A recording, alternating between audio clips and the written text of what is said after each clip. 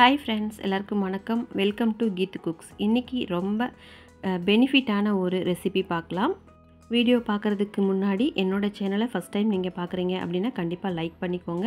Video ஃபுல்லாக பாருங்கள், எனக்கு ரொம்ப யூஸ்ஃபுல்லாக இருக்கும். பார்த்துட்டு பிடிச்சிருந்தால் உங்கள் ஃப்ரெண்ட்ஸ் அண்ட் ரிலேட்டிவ்ஸ்க்கு ஷேர் பண்ணுங்கள். வீடியோ பிடிச்சது மட்டும் இல்லாமல் என்னோடய சேனலையும் சப்ஸ்கிரைப் பண்ணி வச்சுக்கோங்க. கூடவே இருக்க பெல் ஐக்கானில் ஆல் ஆப்ஷனை கிளிக் பண்ணி வச்சுக்கோங்க. இன்றைக்கி நாம் ரொம்ப இன்ட்ரெஸ்டிங்கான ஒரு ரெசிபி பார்க்கலாம்.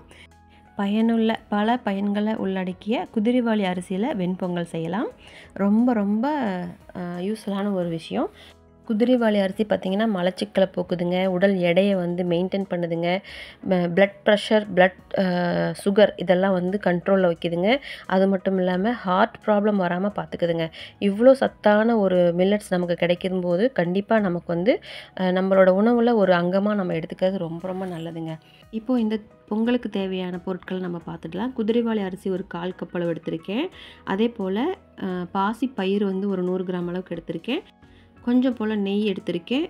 அப்புறம் மிளகு, சீரகம், முந்திரி பருப்பு தேவையான அளவு எடுத்துக்கலாம். நமக்கு எவ்வளோ தேவையோ அவ்வளோ எடுத்துக்கலாம். நான் ஒரு ½ டீஸ்பூன் ப்ளஸ் ஒரு 20 கேஷ்யூ நட் இருக்கும், அது மட்டும் எடுத்திருக்கேன். இப்போ நம்ம பாசிப்பருப்பு ப்ளஸ் அந்த அரிசி, குதிரைவாலி அரிசி ரெண்டுமே ஒட்டுக்கா ஒரே பாத்திரத்தில் போட்டு நல்லா வாஷ் பண்ணி எடுத்துக்கலாம். இது ஊற வைக்கணும் அப்படின்ட்டுலாம் கிடையாதுங்க. ரொம்ப ஈஸியான ரெசிபி. டக்குன்னு நம்ம 10 நிமிஷத்தில் செஞ்சு முடிச்சிடலாம். அவ்வளோ ஈஸியான ஒரு ரெசிபி தாங்க. எப்பயுமே வெண்பொங்கல் செய்கிறது ரொம்ப ஈஸி. பார்த்திங்கன்னா இப்போ நம்ம நல்லா கழுவி எடுத்துட்டு எல்லா தண்ணியும் வடிகட்டி எடுத்தாச்சு. இப்போ டைரெக்டாக குக்கரில் நம்ம பருப்பும் அரிசியும் ஒட்டுக்காவே சேர்த்துக்கலாம். இதில் நமக்கு இப்போ 1 பங்கு அரிசின்னு சொன்னால் 3 பங்கு அளவுக்கு தண்ணி விட்டோம்னா நல்லா நமக்கு குழன்னு ரொம்ப சூப்பராக பொங்கல் பதத்துக்கு நமக்கு அரிசியும் பருப்பும் நல்லா வெந்து கிடைக்கும். அது நமக்கு பொங்கலுக்கு சாப்பிட்றதுக்கு ரொம்பவே டேஸ்டியாக இருக்கும். வெறையாக அரிசியாகவும் இருந்தாலும் சாப்பிட முடியாது, சாப்பாடு மாதிரி இருந்தாலும் சாப்பிட முடியாது. சாப்பாடு செய்கிற மாதிரி இருந்தால் 2 பங்கு தண்ணி போதும். இப்போ நம்ம கஞ்சி மாதிரியும் இல்லாமல் பொங்கலாட்டம் நமக்கு வேணும். அதுக்காக 3 பங்கு தண்ணி எடுத்துருக்கோம். கொஞ்சம் போல் உப்பு சேர்த்து மூடி போட்டு விசில் விட்டுக்கலாம். நான் ஒரு 4 விசில் விடலான் இருக்கேன். 4 to 5 விசில் விட்டோம்னா நல்லா பொங்கல் மாதிரி குழண்டு வந்துடும். பாருங்கள், நல்லா விசில் வந்தாச்சு. அது ஒரு பக்கம் இருக்கட்டும். நம்ம இன்னொரு கடாயில் ஒரு 2 ஸ்பூன் அளவுக்கு நெய் விட்டுக்கலாம். நம்மளோட நெய் தான் இந்த பொங்கலை ரொம்பவே மேரினேட் பண்ணிக்கும். ரொம்ப சூப்பராக இருக்கும். டேஸ்ட்டும் அரோமாவும் அவ்வளோ அருமையாக இருக்கும். 2 ஸ்பூன் அளவுக்கு நெய் விட்டு அது கொஞ்சம் காஞ்சதுக்கு அப்புறமா நம்ம முந்திரி பருப்பு, சீரகம், மிளகு 3மே சேர்த்துக்கலாம். இதில் உங்களுக்கு பிடிச்சிருந்ததுன்னா இஞ்சி, பூண்டு நல்லா சாப் பண்ணி துண்டாக அதையும் ஆட் பண்ணிக்கலாம். ஒரு சிலர் பூண்டு ஆட் பண்ணுறது பிடிக்காது. எங்கள் வீட்டில் உள்ளவங்களுக்கே இஞ்சி பூண்டு இந்த வெண்பொங்கல் அவ்வளோவா சாப்பிட மாட்டாங்க. எடுத்து பொரிச்சு வச்சுருவாங்க. அதோட பயன்கள் தெரியும், இருந்தாலும் ஒரு சில டிஷ்ஷில் அவாய்ட் பண்ணிடுறாங்க. நான் அதனால் இதில் ஆட் பண்ணலை. வெறுமனே சீரகம், மிளகு, முந்திரி பருப்பு அது மட்டும்தான் ஆட் பண்ணியிருக்கேன். அது மட்டுமே நம்ம வதக்கி விட்டுட்டு நம்ம கொஞ்சம் போல் ஒரு எனக்கு கருவேப்பிலையும் சேர்த்துக்கலாம்.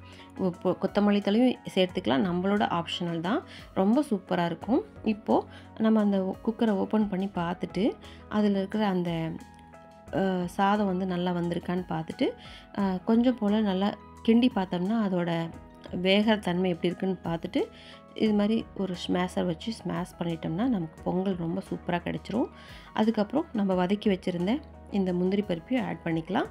உப்பு டேஸ்ட்டும் பார்த்துக்கலாம். உப்பு பத்தலை அப்படின்னு சொன்னால் கொஞ்சம் போல் ஆட் பண்ணிவிட்டு சேர்த்துக்கலாம். சப்போஸ் இந்த பொங்கல் கெட்டியாக இருந்தது அப்படின்னு சொன்னால் நீங்கள் பக்கத்துலேயே கொஞ்சம் போல் சுடு தண்ணியும் காய வச்சுக்கோங்க.